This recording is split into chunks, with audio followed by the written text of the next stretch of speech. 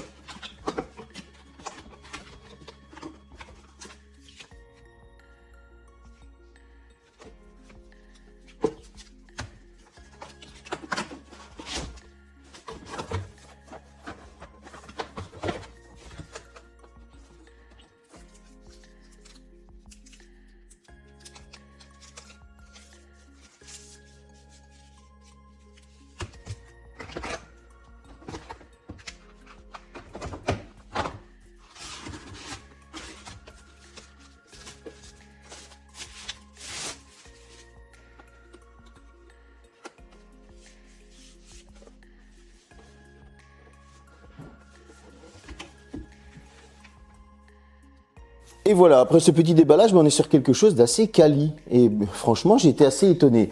On a des qualités de finition qui sont franchement très propres. Bon, on est sur du plastique, forcément. On a une grille de ventilation à l'avant. Le haut-parleur se situera, lui, à l'arrière. Lorsqu'on va le retourner, on a cette même grille de ventilation en nid d'abeille, c'est typique des vidéoprojecteurs portables. On retrouvera à l'arrière de l'USB, de l'HDMI, un port RGB pour le brancher en câblé pour Internet. Sinon, vous allez pouvoir passer par le Wi-Fi. On parlera un petit peu des specs par la suite. Vous avez la prise jack, si vous voulez utiliser un casque pour ne pas déranger vos voisins, etc. Je vous parlerai de la prise jack justement après pour voir si on peut brancher deux casques avec une prise en Y. Et puis vous avez le câble d'alimentation. Sur le dessus, vous avez le bouton d'allumage. Donc on est sur quelque chose d'assez simple. En bas, vous allez avoir des patins en caoutchouc pour l'empêcher de glisser. Vous allez avoir un petit rehausseur. Donc on est sur un design assez, on va dire, classique de vidéoprojecteur portable. Il est sur un poids de 1,967 kg. Je trouve que franchement, c'est très modéré. Maintenant, qu'est-ce qu'il donne au niveau spec? C'est parti. Ce Emotn N1, on va retrouver quoi comme spec? J'ai été assez surpris parce qu'il est assez complet. Oui, j'ai envie de dire petit mais costaud. Pourquoi? On a du 1080p. Bon, jusque-là, 500 lumens en luminosité. Je me suis dit, aïe, ça risque de bloquer avec les fenêtres ou les rideaux ouverts en pleine clarté du jour. Eh bien non, vous allez le voir après dans le test, donc grosse surprise.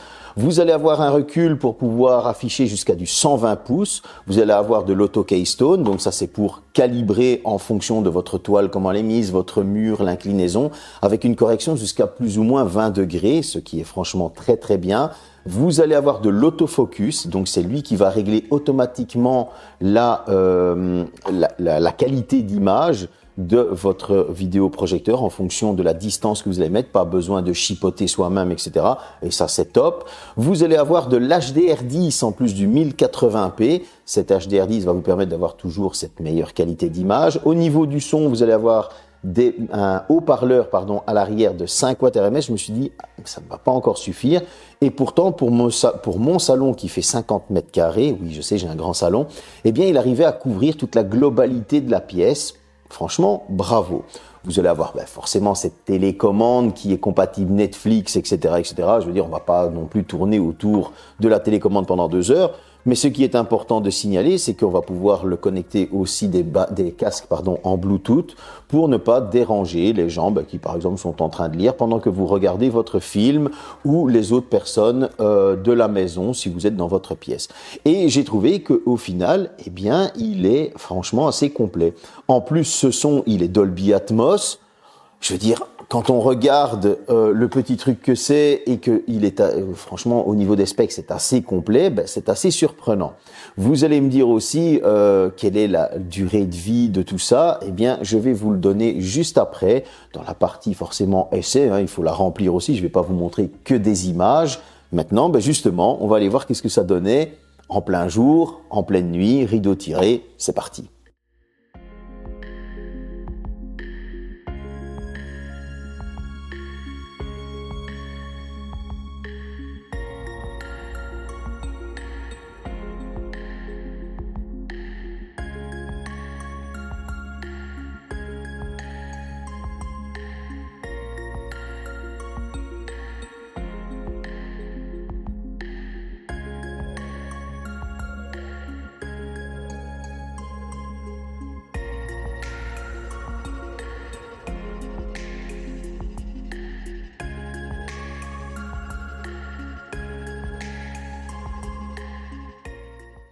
Comme vous avez pu le voir, ben oui, moi j'ai été bluffé parce que rideau ouvert, on avait quand même une très bonne qualité d'image, rideau fermé encore plus, et forcément le point fort des vidéoprojecteurs, lorsque la pièce est totalement sombre, c'était vraiment magnifique. J'ai été étonné de voir aussi que directement YouTube le paramétrait sur du 1080p, pas besoin d'aller dans les réglages, hein, vous savez, pour améliorer sa qualité d'image, etc., etc. Et donc, ben, c'est une belle surprise. Au niveau de la ventilation, je me suis dit, tiens, quels sont les décibels que peut sortir cette ventilation? Parce que, ben oui, ici à l'avant, il y a une ventilation pour pouvoir refroidir la bête, on va appeler ça comme ça, et on tournait aux alentours des 39-40 décibels. Donc je me suis dit, on est quand même sur quelque chose d'assez correct, parce que lorsque le son est totalement baissé, on l'entend très légèrement. Lorsque le son est levé, on n'entend rien du tout. Le son levé, justement, quel est-il? Eh bien, on a un son qui est assez rond. Vous le savez, moi j'aime bien quand on a un son qui est rond, qui est chaud, avec une bonne basse. Vous allez pouvoir paramétrer forcément le son en mode musique, cinéma, personnalisé, tout comme l'image. Vous allez pouvoir la paramétrer. Et cette image que vous avez vue, elle était en standard. Elle n'était même pas paramétrée sur du cinéma ou sur vif, etc., etc. Donc, avec une image standard, ben, rendez-vous compte qu'on avait quand même une bonne image. Ce son, justement, en Dolby Atmos et sur un réglage musique, qu'est-ce qu'il donnait? Avec un volume à 60 sur 100, on avait des pics qui montaient à 88 décibels, ce qui, je trouve, est vraiment puissant. C'est une belle surprise. Pourquoi? Parce qu'on se dit à la base, 5 watts RMS, j'ai une grande pièce, est-ce que cela va suffire, etc., etc. On met le son à 60 et on a des pics qui montent à du 88 décibels. Alors, je n'ai pas monté jusqu'à 100, hein, j'ai pas envie que les voisins portent plainte, mais faut avouer qu'on est sur quelque chose de très très bon.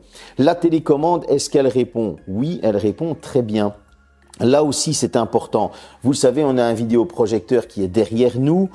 Est-ce que cette télécommande, il ne va pas falloir faire ça pour pouvoir utiliser le vidéoprojecteur ou est-on obligé de le mettre devant nous? Eh bien non. En ayant le vidéoprojecteur derrière, il faisait très bien son travail. La télécommande répondait franchement très très vite. Pour moi, c'est un bon point. En tout cas, à l'essai, je trouve que ce vidéoprojecteur, il a vraiment fait son travail. Maintenant, on va parler de la durée de vie. Alors, tout d'abord, au niveau de la consommation, il est éco-friendly selon le constructeur. Ça veut dire que, à comparatif par rapport à une télévision qui est du même gabarit, qui sort le même nombre de lumens, etc., etc., vous allez avoir une économie d'électricité de 20% par rapport à la télévision. Ce qui, je trouve, est important de le signaler. Bon, ça, il va falloir le tester sur le long terme, on le sait tous, et je peux pas faire cette vidéo dans 2 ans, soyons honnêtes. Mais en tout cas, je veux dire, si le constructeur l'annonce, c'est que ça a été vérifié bien souvent, et il faut avouer que ça fait quand même plaisir d'avoir une petite économie de 20% sur son électricité. Ensuite, au niveau de la durée de vie, le constructeur annonce 30 000 heures. 30 000 heures, ça correspond à quoi? Eh bien, à raison de 2 heures par jour, c'est que vous allez regarder des vidéos, etc., ça correspond à 40 ans. Ouais, donc ce 40 ans de durée de vie, je pense pas qu'on va le garder 40 ans, soyons honnêtes, hein, avec les risques que ça comporte, hein, souvent il pourrait tomber ou quoi ou qu'est-ce, mais en tout cas 40 ans c'est énorme. Ça veut dire que si on regarde 4 heures par jour, 20 ans, si on regarde 8 heures par jour, on est à 10 ans. Et donc, du coup, on est toujours quand même à une durée de vie assez longue. Si maintenant on regarde 16 heures par jour, on va pouvoir quand même le tenir encore 5 ans. Avouez que personne ne regarde la télé 16 heures par jour, donc du coup, j'ai envie de dire qu'on est quand même sur un produit qui a une durée de vie assez longue. On est toujours dans le éco-responsable parce que justement, cette durée de vie assez longue va faire qu'on va faire moins de déchets, on devra moins vite changer. J'ai voulu tester des consoles de jeux. Bon, on est sur de l'HDMI 1.4, donc les consoles next-gen vont tourner, mais ne vont pas donner le maximum de ce qu'elles peuvent donner, vous le savez aussi bien que moi. Cependant, j'ai mis une Switch, j'ai mis une PlayStation 4, etc., etc. Et là, ça tournait franchement assez bien. C'était très jouable, surtout que comme vous avez pu le voir sur la vidéo, en plein jour, il n'y avait aucun problème. Ah, ça veut dire quoi? Ça veut dire que si on est dans une chambre, qu'on met un bon recul, on a un bel écran sur son mur pour pouvoir jouer. Maintenant, ma conclusion. Bon, on est sur un tarif de 399 €, 399 € pour nos amis français. Pendant les Prime Day, lorsqu'il a été sélectionné dans le panier, il était à 289 €. Ça veut dire qu'on avait quand même une belle petite économie. Et pour ce tarif, j'ai envie de dire qu'il est quand même très complet. On a une chaleur qui est maîtrisée, on a une ventilation qui est maîtrisée, on a un son qui est très bon. On a une image qui, franchement, n'a pas à rougir devant d'autres marques. Pourquoi? Parce que ça, pour moi, c'est très important. Je sais que je me répète.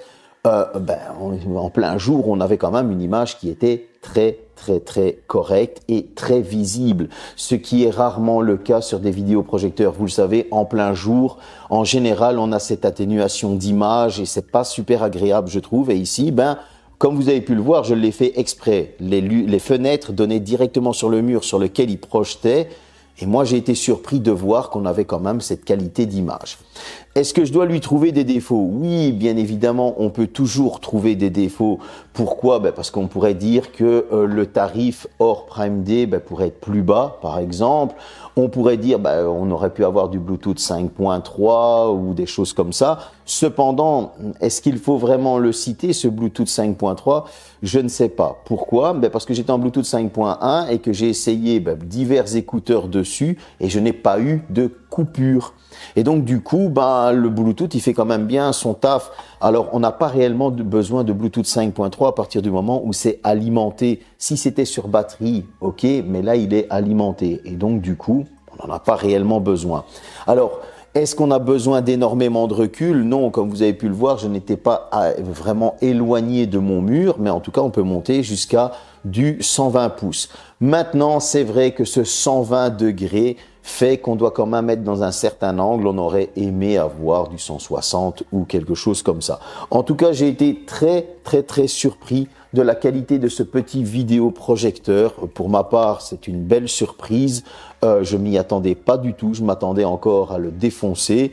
Comme des fois j'ai l'habitude de faire avec certains objets. Donc pour moi, c'est validé. J'espère que cette petite vidéo vous a plu. Je voulais vous mettre ça en plus pour dire de ne pas faire que du smartphone, etc., etc. Salut!